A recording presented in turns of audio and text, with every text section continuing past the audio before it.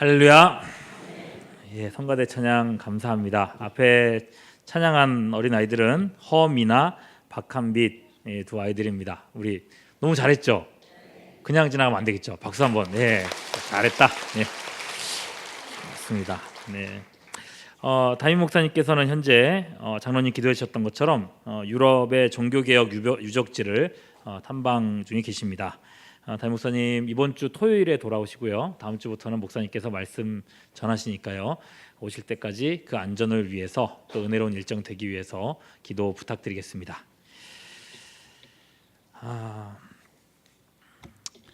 연세가 많으신 어르신이 한 분 계셨습니다.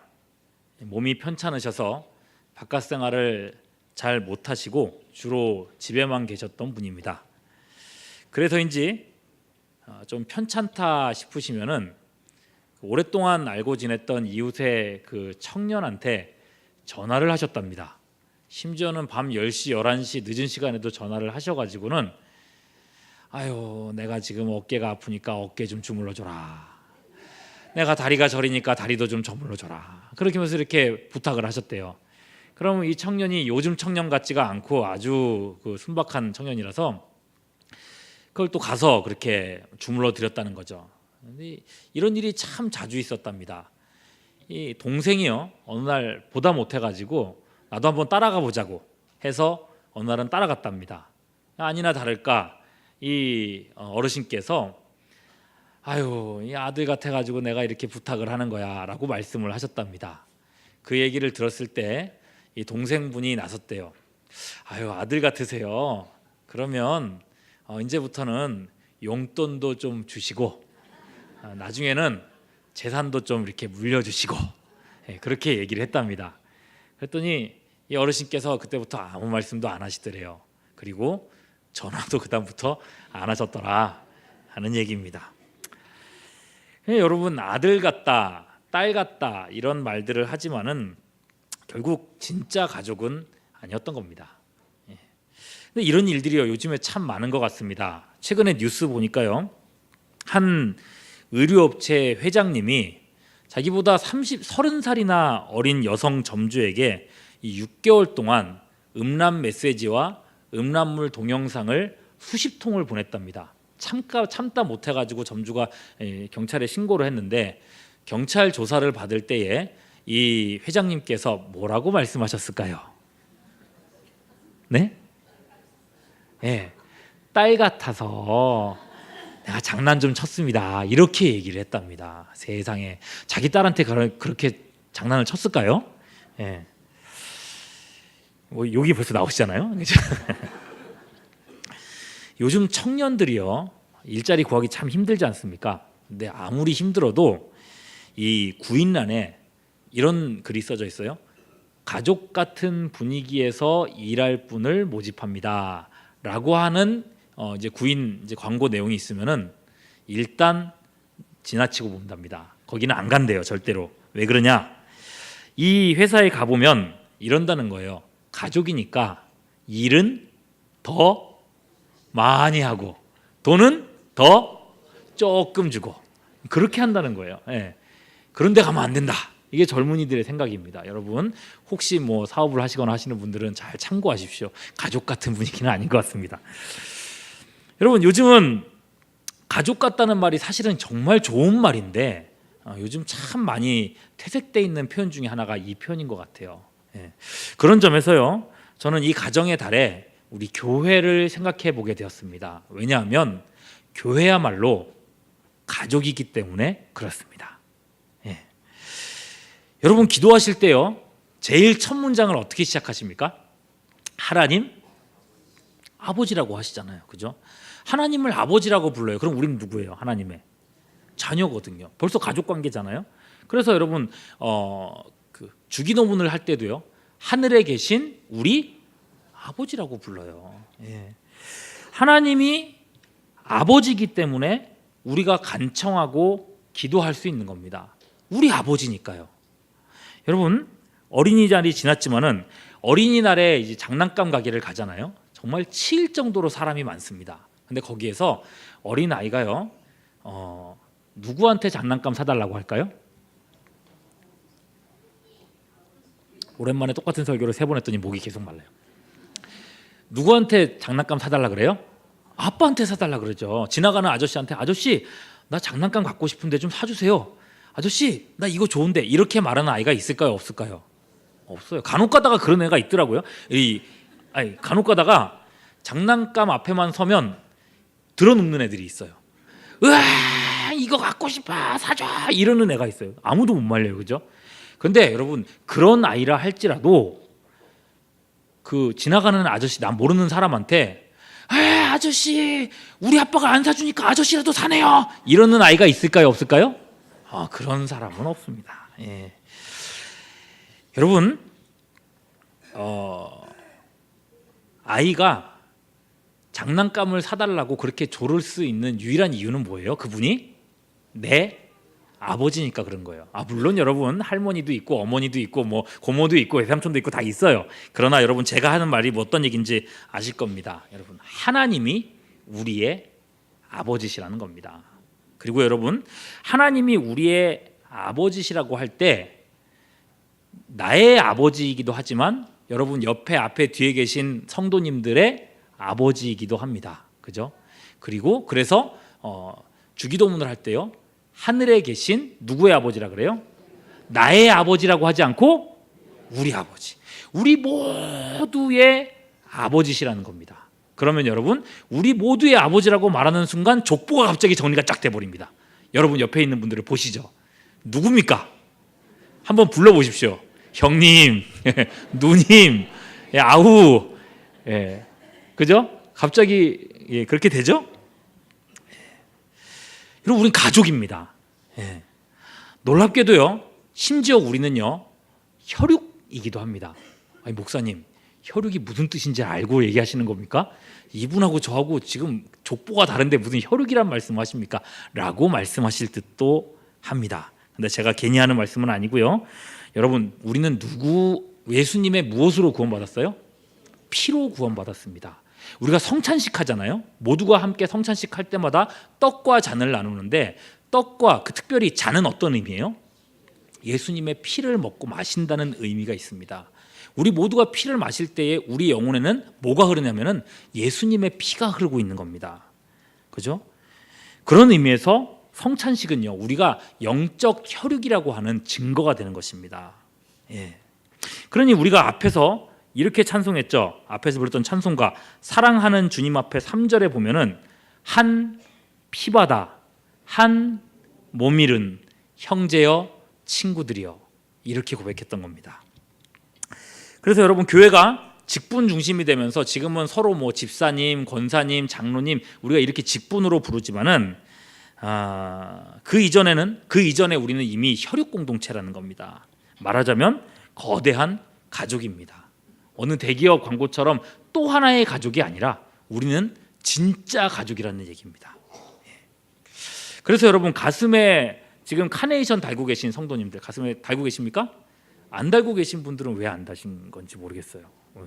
난 아직 젊어요. 그래서 안 다신 겁니까? 여러분 카네이션 달아드리는 거는요 연세 많으시다고 인정해드리고 달아드리는 거 아닙니다. 부모님이면 누구라도 달아드리는 겁니다. 그러니까 애기 엄마도 달 수 있는 거니까요. 혹시 지금 안 달고 계신 분들은 내려가시면서라도 있으면은 나도 좀 달아달라고, 나도 부모라고 그렇게 하시고 달으시면 되겠습니다. 근데 여러분 그 달으실 때 누가 달아드렸을까요? 올라오실 때 누가 달아드렸어요?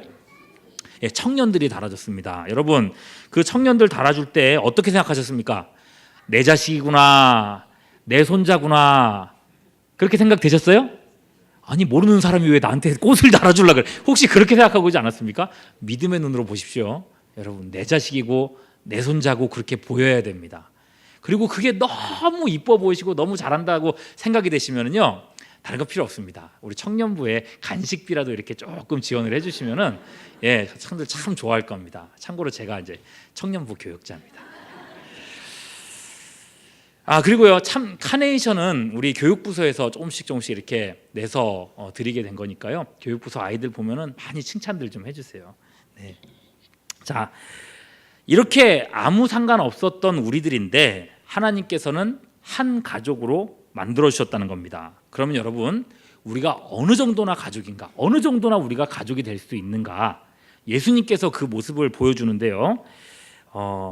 예수님이 십자가에 달리실 때에 그 십자가 위에서 예수님의 어머니 누구요? 마리아가 눈에 밟혔습니다. 이제는 예수님이 마리아와 엄마와 어머니와 함께 할 수가 없습니다. 그때 예수님께서는 곁에 있었던 사랑하는 제자 누굴까요? 요한을 부르십니다. 그리고 요한에게 이렇게 말씀하세요. 요한복음 19장 26절 27절 같이 한번 읽어볼게요. 시작. 예수께서 자기 어머니와 사랑하시는 여자가 죽는 것을 보시고 자기 어머니에게 말씀하시되 여자여 보소서 아들이니이다 하시고 또 그 제자에게 이르시되 보라 내 어머니라 하신대 그때부터 그 제자가 자기 집에 오시니라. 여러분 이제 어머니를 모실 수 없으니까 제자 요한한테 맡기게 된 건데 그럼 보통 어떻게 얘기를 해야 될 것 같습니까? 요한한테는요. 요한아 보라 이제부터 마리아를 내 어머니처럼 섬겨라. 그리고 어머니한테는요. 보세요 이제 요한을 아들처럼 여기세요. 이렇게 얘기를 해야 될 것 같지 않습니까? 근데 예수님 뭐라 그랬어요? 여자여 보소서 아들입니다. 그리고요 요한에게는요 보라 내 어머니다. 여러분 그냥 어머니 같은 어머니처럼 이런 게 아니라 아예 어머니와 아들로 엮어주셨다는 것입니다. 이후 요한이 마리아를 평생 모시고 살거든요.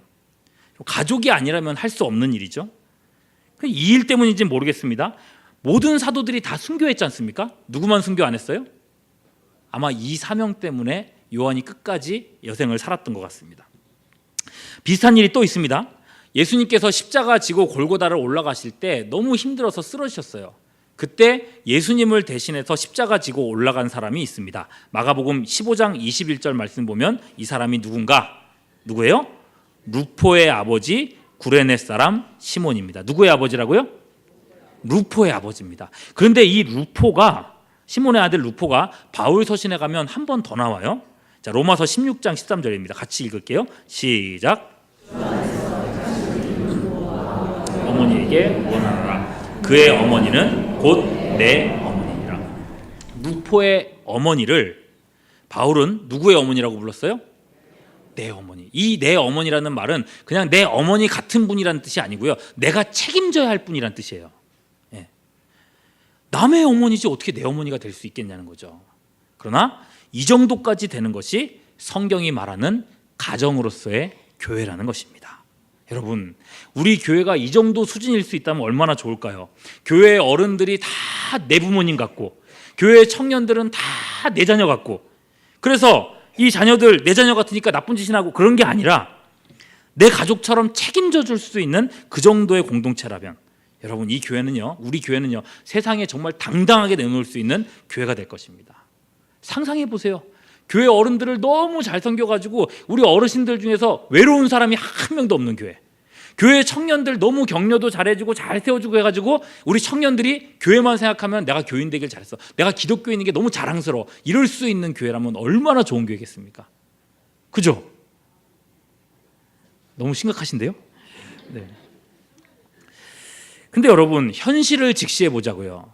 이게 됩니까? 안 됩니까? 네, 안 되죠. 그게 솔직한 마음이에요.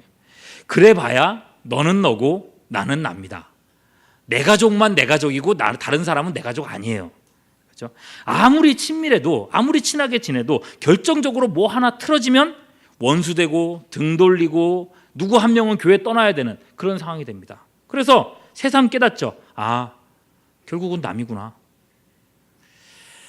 여러분, 교회가 주님께서는 우리를 틀림없이 하나라고 했는데 이 하나 되지 못하는 한계, 이거를 과연 깨트릴 수 있을까요? 우리는 정말 하나가 될 수 있을까요? 가족이라고 불러주셨던 이 이론을 정말 우리의 것으로 만들 수 있을까요? 오늘 대답을 오늘 말씀 속에서 찾으려고 하는 것입니다. 사실요, 초대교회도 그렇게 다르지 않았습니다. 어쩌면 우리보다도 더 심각했을지도 모릅니다. 애초에 초대교회는 첫 단추부터 정말 강력한 이 분열이 있었습니다. 그것은 이방인과 유대인 사이의 분열이었습니다. 유대인들은요, 이방인을 항상 생각할 때 뭐로 생각했을까요? 설교 많이 들으셨던 분들은 힌트를 드릴까요? 드리면 안 돼. 멍멍. 네. 강아지 취급으로 안 좋은 표현을 쓰기가 그러니까 그런 걸 취급했습니다. 네. 굉장히 안 좋게 취급했어요. 그러면 그걸 당하고만 있겠습니까? 이방인들도요. 이방인들은 유대인을 볼 때 요즘 표현으로 이 꼰대라고 여겼습니다. 이 꼰대 집단들. 네. 그렇게 서로 상처 주고 서로 아프게 했단 말이죠. 그래서 서로가 상종하지 못할 관계, 그런 관계였다는 거예요. 특별히 여러분 우리가 읽은 에베소 교회에 이런 분열이 심각했습니다. 그래서 바울은요 에베소서를 기록했을 때 이 분열을 어떻게 좀 해결해 보려고 에베소서를 쓴 거예요. 그러면 바울은 어떻게 이 문제를 해결해 가는가, 그걸 한번 볼게요. 먼저는 지식입니다. 지식. 우리는 주 안에서 하나다, 그 이론을 가르치려고 하는 겁니다. 자, 그래서 에베소서 1장, 2장, 3장에 보면 그 내용을 쭉 얘기를 하는데 우리가 하나다는 얘기를 하고 있어요. 먼저는 에베소서 1장 10절 말씀, 우리를 왜 구원하셨는가 보겠습니다. 시작. 하늘에 있는 것이나, 자, 무엇을 위해서 구원하셨다고요? 분열이 아니라 통일되기 위해서, 하나 되게 하기 위해서 구원하셨다. 그러면은 구원하기 위한 방법, 에베소서 2장 14절입니다. 시작. 그는 둘로 하나를 만드사 원수된 것 곧 중간에 막힌 담을 무엇으로 하셨어요? 자기 육체로, 예수님의 희생으로 우리의 막힌 담을 허무셨다는 거예요. 십자가의 의미 아시지 않습니까? 위로 그리고 옆으로. 자, 위아래로 있는 십자가는 뭐예요? 하나님과 우리와의 관계를 회복하신 거고, 그리고 옆으로의 십자가는 뭐예요? 너와 나가 하나 되는 것. 그 결과 3장 6절은 뭐라고 되어 있습니까? 같이 봅니다. 시작. 이는 이방인들이 복음으로 말미암아 그리스도 예수 안에서 함께 상속자가 되고 함께 지체가 되고 함께 약속에 참여하는 자가 됩니다. 이방인과 유대인은 이제 모든 것을 함께하는 공동체가 됐다는 겁니다. 예수 안에서 하나예요. 그래서 더 이상 차별도 차이도 분별도 없다는 것입니다. 하나님께서 우리를 하나로 만들어주셨는데, 그 피로 우리를 하나로 만들어주셨는데 우리가 함부로 그것을 가르면 되겠는가, 깨트리면 되겠는가, 그걸 얘기하는 겁니다. 그렇게 먼저는 하나됨에 대해서 교육을 하셨습니다. 근데 문제는 그 다음이에요. 이론은 알겠어요. 그래요. 주님 안에서 우리가 하나고 한 가족이겠죠. 근데 문제는 마음입니다. 생각이에요. 마음이 바뀌는 건 아니거든요. 싫은 마음이 좋아지지가 않고 서로 주고받은 상처가 있는데 그게 아물어지지도 않아요. 생각해 보십시오. 평소에 막 원수처럼 싸우고 싫어하던 사람들 어느 날 손 억지로 잡게 해놓고서는 야, 이제부터는 형제니까 이제 잘 지내질까요? 안 지내질까요? 안 지내져요. 둘 사이의 장벽은 너무나도 커져 있고 하나 되기에는 너무 멀리 와버린 겁니다. 아무리 옳은 일이라도 싫은 건 싫은 거예요. 마음이 안 가는 거예요. 그래, 여러분, 이거는 우리가 만난 상황하고 똑같아요. 다 남인데 하나님이 우리를 가족이라고 불러놓고서는 너희는 이제 하나야 라고 얘기하는데 내가 하나가 안 되거든. 자, 이론과 훈계를 가지고서 어떻게 할 수 있는 일이 아니더라. 그러니 다음 단계가 필요합니다. 이 원리, 이 지식을 넘어서는 뭔가가 필요한 겁니다. 그랬을 때 바울은 무엇을 했는가? 오늘 말씀 14절 15절에 그 답이 나와 있습니다. 같이 봅니다. 시작. 하늘과 땅에 있는 각 족속에게 이름을 주신 누구요? 아버지 앞에 뭐 하죠? 무릎을 꿇고 뭐 했어요? 기도했습니다. 기도했어요. 내 힘으로 안 돼요. 지식으로 안 돼요. 그러니까 뭘 의지해야 돼요? 하나님을 의지해야죠. 하나님께 기도함으로써 이 문제를 해결하려고 했다는 것입니다. 그러니 이제 바울의 기도문을 주목해야 됩니다. 원수된 사람들, 원수처럼 갈라져 있는 사람들을 하나 되게 하기 위해서 우리는 어떻게 기도해야 되는가? 그 답이 여기에 있어요. 물론 여러분, 목사님 맨날 교회 얘기만 하고 내가 지금 교회가 중요한 게 아니고요. 우리 집안 꼴이 말이 아니에요. 우리 집안 식구들이 다 갈라져가지고 그냥 너무 싫어요. 그런 생각들을 하고 계시다면 더더욱이나 오늘 바울의 기도를 주목해서 보십시오. 왜 그러냐? 20절 말씀 보세요. 하나님 어떤 분이세요? 시작. 우리가 구하거나 생각하는 모든 것에 더 넘치도록 능히 해주시는 분이다. 할렐루야. 그렇습니다. 하나님 그렇게 응답하시는 분이기 때문에 그렇습니다. 그렇다면 여러분 살펴보겠습니다. 기도의 능력을 의지하여서 교회와 가정 공동체를 회복하기 위해서 기도하는 그 제목 3가지입니다. 첫 번째, 속사람을 강건하게 하시옵소서. 따라해 볼까요? 시작. 속사람을 강건하게 하시옵소서. 속사람이요. 말씀 16절 말씀입니다. 시작. 그의 영광의 풍성함을 따라 그의 성령의 말미암아 너희 속사람을 능력으로 강건하게 하시오며. 하나님께서 우리의 속사람을 강건하게 해달라고, 하나님께서 해달라고 그렇게 기도해야 된다는 거예요. 예를 들어 볼게요. 여러분 두 남녀가 어느 날 결혼을 했습니다. 왜 결혼했을까요? 사랑하니까. 그죠? 사랑하니까, 같이 있고 싶으니까. 하루 종일 재밌게 놀았는데 밤 10시가 됐어요. 집에 가야 돼요. 안 가면 안 돼? 가야 돼. 보내기 싫은데. 그래서 어떻게 해요? 야, 우리 같이 결혼하자. 그렇게 되는 거죠. 그래서 밤에 잘 때도 같이 자고 아침에 일어날 때도 같이 일어나자. 그죠? 그렇게 뜨겁게, 정말 떨어지기 싫어가지고 그렇게 애틋하게 결혼을 했는데 막상 결혼하고 나면 어떻게 됩니까? 꿀만 뚝뚝 떨어지나요? 안 그렇더라고요. 어떻게 돼요? 시작부터 벌써 삐걱거리는 게 있어요. 예. 집안 살림을 장만할 때부터가 그렇죠. 예. 물을 먹어야 됩니다. 그죠? 그러면 이제 한쪽에서는 얘기해요. 아유, 물 뭐 돈 많이 들일 거 있어. 그냥 마트 가가지고 매번 물 사와가지고 그렇게 먹으면 되지. 라고 얘기를 합니다. 그러면 상대편에서는 뭐라고 얘기할까요? 허리 아파. 뭐하러 그걸 사와. 돈 좀만 들이면 될걸. 뭐 사면 돼요? 정수기 넣으면 되잖아. 그걸 가지고 막 싸우는 사람도 있다고 하더라고요. 그리고요,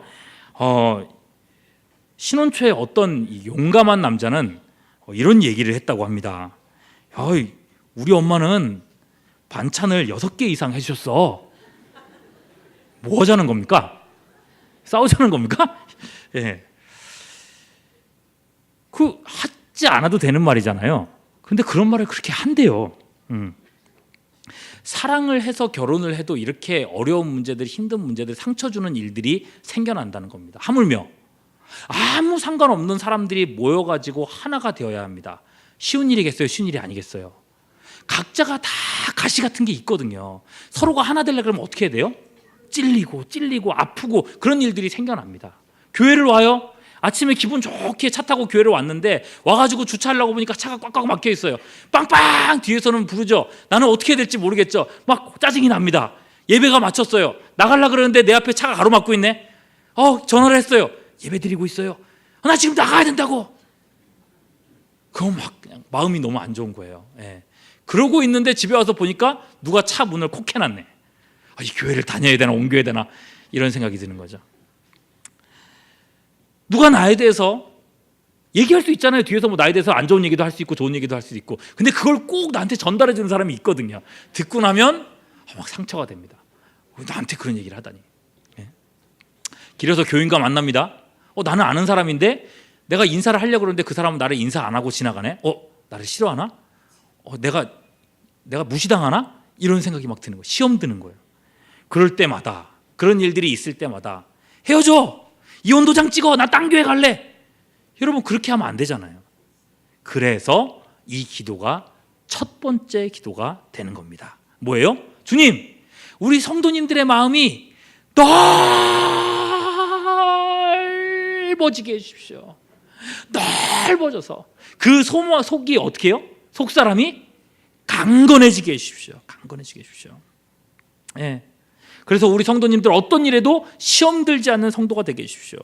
여러분, 나 스스로가 강건해질 수가 없어요. 내가 아무리 마음을 좋게 먹으려고 해도 시험에 들면은 어쩔 수가 없는 거예요.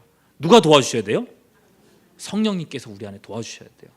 하나님이 내 속사람을 강건하게 해주셔야 우리가 이겨낼 수 있어요. 그러니 여러분, 속사람이 강건해지는 교회가 되게 해달라고 기도해 주시는 여러분 될 수 있기를 바랍니다. 자, 두 번째는요, 예수님 우리 마음의 왕이 되어주세요. 따라합니다. 시작. 예수님 우리 마음의 왕이 되어주세요. 성경 말씀 17절입니다. 시작. 믿음으로 말미암아 너희 마음에 계시게 하시옵고. 예수님이 우리 마음속에 주인이 되어주셔서 예수님께서 우리의 말과 행동을 주관해달라고 하는 기도입니다. 여러분, 상처받고 시험 드는 사람도 참 힘든 부분이지만 더 문제는 애초에 상처를 주는 사람이 문제 아닙니까? 여러분, 마가복음 9장 42절에 보면은 이렇게 말씀하고 있어요. 또 누구든지 나를 믿는 이 작은 자들 중 하나라도 실족하게 하면 차라리 연자 맷돌이 그 목에 매어 바다에 던져지는 것이 나으리라. 연자 맷돌 뭐예요? 이겁니까? 아니에요, 여러분. 이거예요. 옛날 노예들이 이렇게 끄는 거 돌리는 맷돌 있지 않습니까? 그거를 어떻게 하라고요? 목에 매서 물에 죽으라는 거 아닙니까? 여러분, 다른 사람을 시험 들게 만드는 게 그렇게 무서운 범죄라고 말씀하시는 거예요. 이렇게까지 말씀하실 정도로 무서운 범죄라고 말하는 거예요. 그럼 여러분, 이거 우리가 다 알아요, 몰라요? 알잖아요. 아는데도 우리는 어떻게 해요? 상처 주고, 그죠? 상처 주는 말과 행동을 하게 된다는 거예요. 왜 그래요? 내 마음의 주인이 누구예요? 나거든요. 나 중심으로 살거든요. 내가 다치기 싫으니까 다른 사람을 아프게 해야 되거든요. 어쩔 수가 없어요. 해결 방법은 뭡니까? 주님께서 내 마음에 좌정하셔서 내 마음을 다스려 주셔야 돼요. 다스려 주셔야 돼요.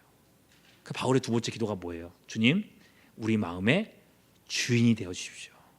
그러니 여러분, 주변 사람들을 힘들게 하는 사람들 보실 때마다 그분들 정죄하실 거 없어요. 정죄하지 마세요. 왜요?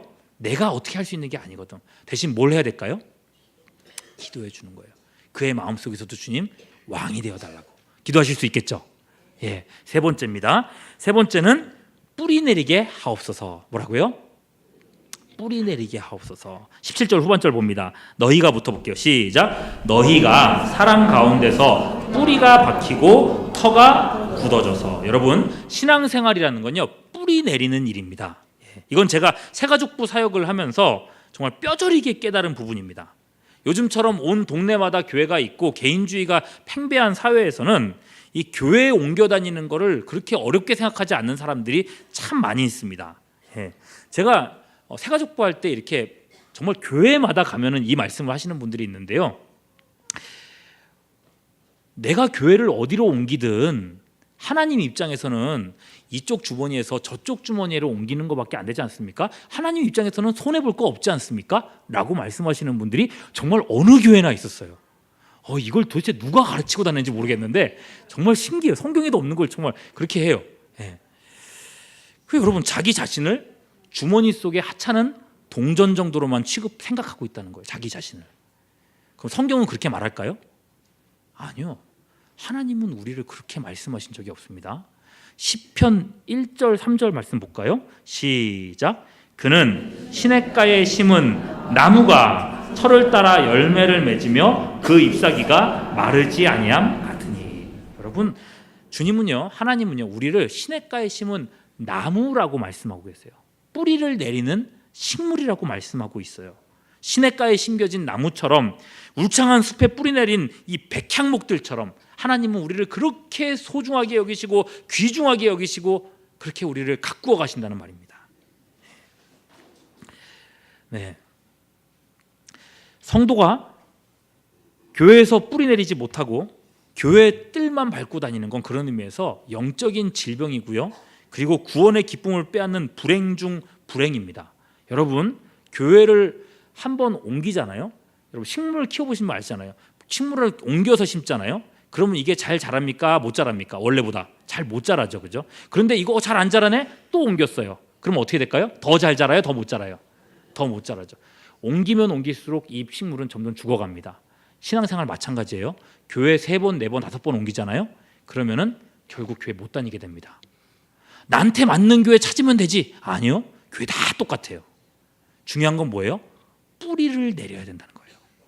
우리가 기도할 때 어떻게 기도해야 되겠습니까? 주님, 우리 교회가 뿌리 내리는 교회가 되게 해주십시오. 이 영적인 방황이 해결되는 교회가 되게 해주십시오. 여러분, 그렇게 기도해야 된다는 것입니다. 그럼 여러분, 기도해야 되겠죠. 주님, 우리 교회가 뿌리 내려서 어우러지고 하나 되는 공동체가 되게 해주십시오. 그렇게 기도하는 여러분 될 수 있기를 바랍니다. 자, 그렇게 기도 결과 3가지 기도를 봤습니다. 3가지 기도 제목들. 첫 번째 뭐였어요? 속사람을 강건하게. 두 번째는 뭐였어요? 하나님, 예수님께서 우리 마음에 왕이 되어 주십시오. 세 번째는 뭐였죠? 네, 뿌리 내리게 해주십시오. 자, 기도하다 보면요, 기대하는 게 생깁니다. 기도 응답이죠. 18절에 나옵니다. 같이 봅니다. 시작. 능히 모든 성도와 함께 지식에 넘치는 그리스도의 사랑을 알고. 여러분, 이겁니다. 드디어 지식의 한계를 뛰어넘는 그 사랑을 알게 되는 것입니다. 우리가 주 안에서 하나이고 한 가족이라고 했던 이 머릿속의 지식이 가슴속으로 내려와서 깨달아지는 거예요. 그래서 이 사람들이 내 가족이야, 내 자녀들이야, 우리 부모님이야, 내 자식들이야, 내 혈육이야, 깨달아지는 거예요. 여러분, 이 지식이 초월하는 알미라는 것입니다. 그럼 본문 다시 한번 볼게요. 이 지식은 어떻게 오는가를 보세요.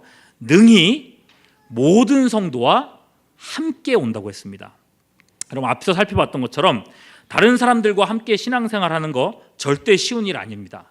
세 가지 기도 제목에서 봤던 것처럼 꼭 시험 들 일이 생기고 상처 주는 사람이 있고 뿌리 내리기가 힘든 현실이에요. 그래서 내가 이렇게까지 하면서 교회를 왜 다녀야 되나 하는 생각이 들죠. 근데 여러분, 그게 열쇠입니다. 힘들면서 부대끼면서 상처받으면서 하나님의 사랑을 알아가는 거예요. 주님이 나를 얼마나 참아주셨고 나 때문에 얼마나 아프셨는지를 그걸 통해서 알아간다는 거죠. 이건요, 혼자서 40년 동안 도 닦는다고 깨닫는 거 아닙니다. 신학 박사학위 받는다고 해서 알 수 있는 게 아니에요.